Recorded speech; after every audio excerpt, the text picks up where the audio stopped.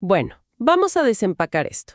Para quien nos escucha hoy y tiene esa curiosidad insaciable por entender cómo el ser humano experimenta cambios verdaderamente radicales, la misión en esta inmersión profunda es fascinante. Sí, es un tema súper rico. Totalmente.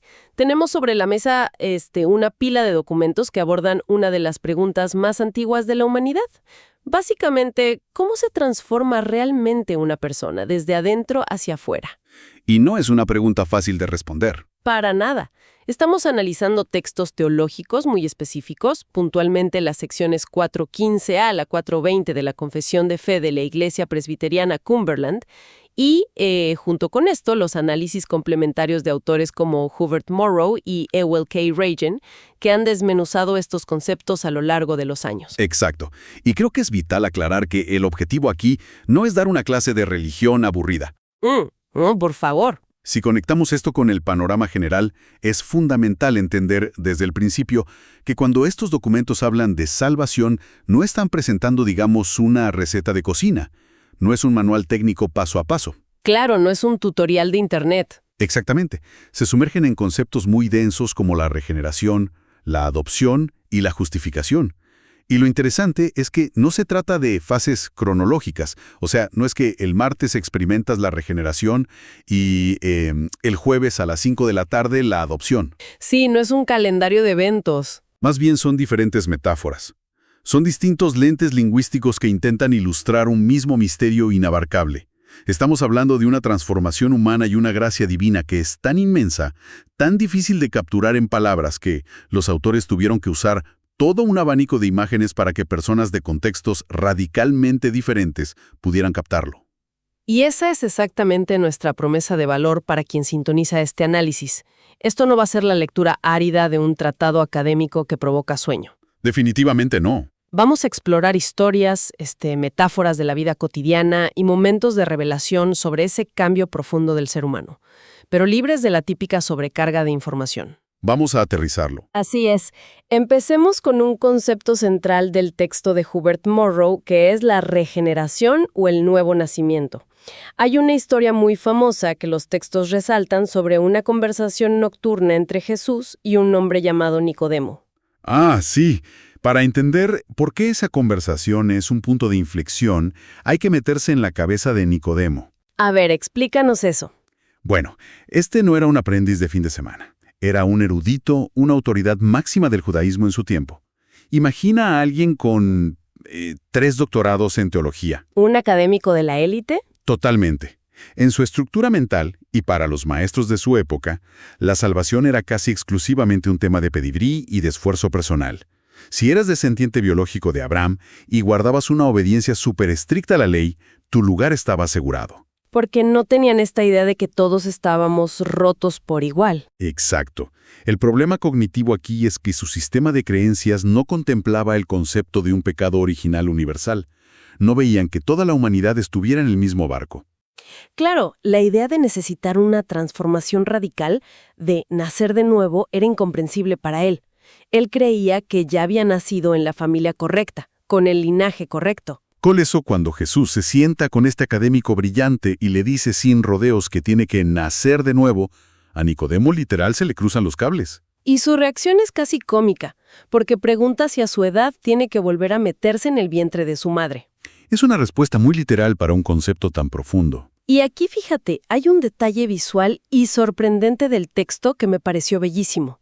La idea de nacer de Dios está conectada con el símbolo femenino del Espíritu Santo. Ah, el tema de la paloma. Exactamente. La paloma es un símbolo clásico, pero el texto sugiere algo biológico. Los padres conciben, claro, pero son las madres las que experimentan el parto, las que dan a luz. Es un enfoque fascinante. El texto está sugiriendo que el Espíritu Santo asume este rol maternal para dar a luz a una nueva naturaleza en nosotros. Y es un giro de perspectiva tremendo para Nicodemo y para cualquiera en esa época. Ya no se trata de lo que puedas lograr memorizando leyes, sino de algo que se genera desde afuera hacia adentro, una vida nueva que alguien más da a luz en ti. Y aquí es donde se pone realmente interesante, porque hay una diferencia que plantea Ewell K. Raggin entre una simple conversión externa, que él llama reforma moral, y esta regeneración interna. Es una distinción crucial. Es como la analogía de un auto. Una cosa es que vayas por la autopista, te des cuenta de que vas en la dirección equivocada y des una vuelta en U. Eso es reforma moral. Cambiaste de dirección. Exacto. Pero la regeneración sería que te detengas, abras el capó y te cambien el motor por completo. Me encanta esa analogía. Porque la reforma moral, ese cambio de dirección, es algo que alguien puede hacer 100 veces en su vida. Sí, la típica dieta de los lunes. Exactamente. Hoy dejas un mal hábito, mañana vuelves a caer, el mes que viene lo intentas de nuevo. La reforma moral es esfuerzo humano puro. Pero la regeneración ocurre solo una vez. Es el poder del Espíritu Santo impartiendo una naturaleza divina, un motor nuevo, como decías. Pero a ver, pongámonos en los zapatos de alguien escéptico que lee estos textos. El documento menciona un pasaje, 1 de Juan 3:9, que dice que el que ha nacido de Dios no practica el pecado. Sí, ese texto suele asustar a muchos. Claro, porque alguien podría leer eso y decir, oye, entonces la regeneración significa alcanzar una perfección instantánea donde jamás vuelves a cometer un error. Porque si es así, yo estoy fuera. Y creo que todos estaríamos fuera. Y para evitar ese malentendido, exacto, los análisis teológicos van al idioma original. Todo se reduce al tiempo del verbo en griego. Que implica una acción continua, ¿verdad? Exacto. No significa que la persona adquiera una perfección robótica y ya nunca tropiece o tenga un arranque de ira. Lo que significa es que no hace del pecado una práctica habitual. La transgresión voluntaria y planificada ya no es su estilo de vida. Ya no se siente cómodo en ese lodo. Así es, porque la nueva naturaleza choca con esa acción. Y para aterrizar esto aún más, el texto nos regala la analogía del bebé, que me parece súper compasiva. La vida espiritual comienza igual que la vida física. Eres un recién nacido. Y de un bebé no esperas que corra un maratón. Ni que resuelve ecuaciones diferenciales.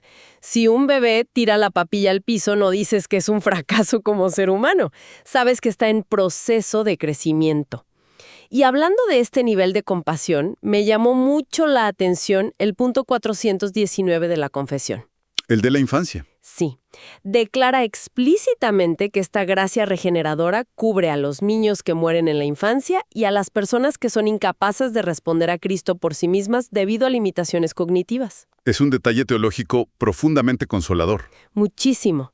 Demuestra que no todo depende de la capacidad intelectual para comprender este misterio. Y esto plantea una pregunta importante. Si entendemos que la regeneración es este cambio de motor, ¿cómo ocurre exactamente en una persona adulta con plena capacidad de decidir? No es magia. No.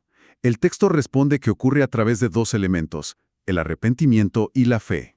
Pero ojo, que estos conceptos suelen entenderse súper mal hoy en día. Uy, sí. Pensemos en el arrepentimiento primero. Hay una anécdota clave en las fuentes sobre el evangelista Gypsy Smith. Ah, ¿la del hijo pródigo? Esa misma. Él analiza la historia del hijo pródigo y hace una observación brillante. Dice que el arrepentimiento no es llorar en un altar o emocionarse con una canción triste. Y tampoco es prometer que vas a ser mejor, porque, seamos honestos, las promesas se rompen en cuanto a la presión baja. Totalmente. Smith señala que nadie obligó al hijo a volver. Fue una acción completamente voluntaria. Él empacó, se dio cuenta de su miseria y caminó de regreso por su propia voluntad, probablemente con los pies sangrantes. Es una decisión activa, no solo un sentimiento de culpa. Es asumir la responsabilidad. Y eso complementa perfectamente otra historia del texto, la del evangelista en Glasgow. Cuéntanos esa. Mira, hay un hombre en Escocia que asiste a la iglesia semana tras semana. Alguien tratando de empujarlo un poco le dice que simplemente lea Juan 3:16, diga que cree y ya, que se declare cristiano. La versión express de la religión. Exacto. Pero el hombre se niega rotundamente. Él abre Isaías 55:7, que dice que hay que abandonar los malos caminos. Y argumenta con una honestidad brutal. Dice básicamente, yo tengo hábitos de los que no me quiero deshacer todavía. Así que hasta que no quiera genuinamente soltar esto, no puedo decir que soy salvo. ¿Qué nivel de integridad de ese hombre? ¿Sí?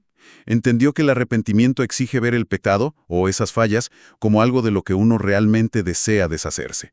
No puedes simplemente añadir a Dios a tu vida sin soltar lo que te está destruyendo. No puedes agarrar el salvavidas si tienes las manos llenas de piedras. Exactamente. Entonces, ¿qué significa todo esto cuando pasamos a la otra cara de la moneda, que es la fe? Porque también es un término súper manoseado. Bastante. El texto cuenta la historia de un soldado en un hotel que estaba convencidísimo de que él era salvo, pero su argumento era que él aceptaba los datos históricos. O sea, él creía que Jesús existió, que murió en una cruz y todo eso. Creía en los hechos. Creía acerca de Jesús, pero el texto aclara que la fe no es un asentimiento intelectual. No es decir, sí, creo que la gravedad existe. Es recibirlo. Esa es la palabra clave, recibir. Hay una anécdota muy poderosa del Dr. R.H. Meyer que ilustra esto de forma magistral. Él compara la fe con entregarle a Dios las llaves de tu casa. Tu corazón, tu vida entera. Sí, tu espacio interno. Meyer cuenta que intentó darle las llaves a Dios, pero secretamente se guardó una llave pequeña, una sola habitación que quería controlar él mismo. Claro, le dio la llave de la sala para las visitas, pero se guardó la del garaje oscuro donde tiene todo el desorden que no quiere que nadie vea. Exacto, el garaje desordenado. Pero se dio cuenta de que la verdadera fe para que el maestro entre requiere entregar todas las llaves. Absolutamente todas. No puedes invitar a alguien a tomar posesión de la casa y cerrarle puertas en la cara. Es rendición total. Es ceder el control del 100% del espacio. Y me encanta cómo estas anécdotas nos llevan de la mecánica interna de la persona, del corazón, al aspecto externo o legal, cambiando un poco de enfoque hacia las metáforas de la justificación y la adopción. Entramos en terreno legal. Así es, y hay un dato histórico en las fuentes que me pareció fascinante. El apóstol Pablo usó el término adopción en sus cartas, pero no lo sacó del Antiguo Testamento judío, porque en la cultura hebrea antigua casi no existía una estructura legal fuerte para la adopción. No era una práctica común para ellos. Exacto, pero en el Imperio Romano, la adopción era una institución legal poderosísima.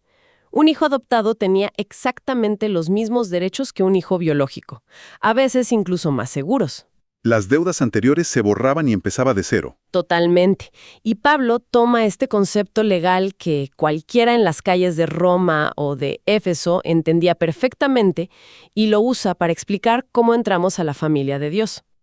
Es un ejemplo brillante de cómo adaptar un mensaje complejo a la cultura de tu audiencia. Es pura genialidad comunicativa, y lo fascinante aquí es cómo esta misma lógica de tribunal romano se aplica a la justificación, porque la justificación, según estos documentos, es netamente una transacción legal. Un veredicto de un juez. Así es.